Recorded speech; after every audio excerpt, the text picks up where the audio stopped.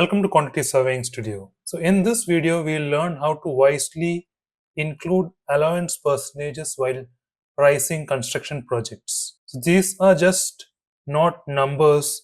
These are like safeguards against uncertainties. So what are the allowance percentages? Allowance percentages are like a buffer sum which is added during estimation. They are like cushions to absorb some uncertainties like design changes, quantity variations, or even site conditions. These are generally applied as a percentage on the base cost or some specific line items. Now we'll see some common allowance categories. So these include the design development allowance, which is usually 2 to 5 percentage. Then we have the construction contingencies, which is around 3 to 10 percentage, especially if design is not complete. Then the estimating contingency, which is 5 to 15 percentage based on the project complexity, size, etc.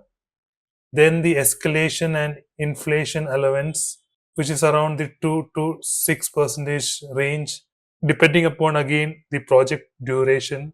Finally, we have the client change allowance or the stakeholder change allowance, which is around 3 to 5 percentage for potential scope changes by the client. So these are few categories for which we need to add an additional percentage on top of our base pricing.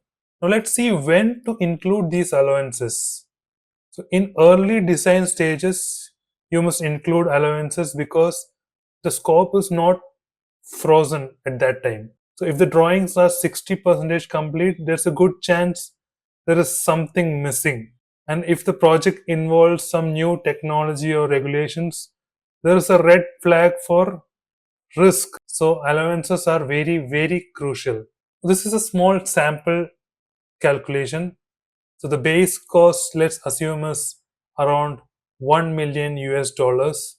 So on top of that, we are adding a design allowance of 5 percentage, which is 50,000 USD. Then a contingency, which is around 10 percentage of the base cost, which is 100,000 US dollars. Then an escalation of 3 percentage, which is around 30,000. So when we add all these allowances to the base cost, it will come around to 1.18 million US dollars. So this will finally become your project pricing input. Now let's see some tips for applying this allowance percentage. Don't apply percentage just randomly. Use data from some previous similar type of projects, some historical data you can get. Documents why you are including 5 or 10 percentage. Like you need to justify that percentage, you need to have some documentation for that.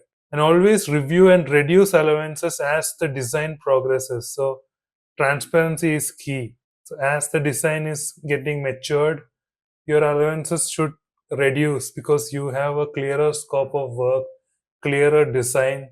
So the allowances made should not be that high range. It could be a lesser one. So hope this short video was informative on what additional cost you need to apply while pricing. This is a basic video. You can utilize it when you have been asked a question in your interviews. And once you start getting involved in the pricing part of your projects, you'll easily understand what percentage would be better for what kind of project, what complexity, and when to apply.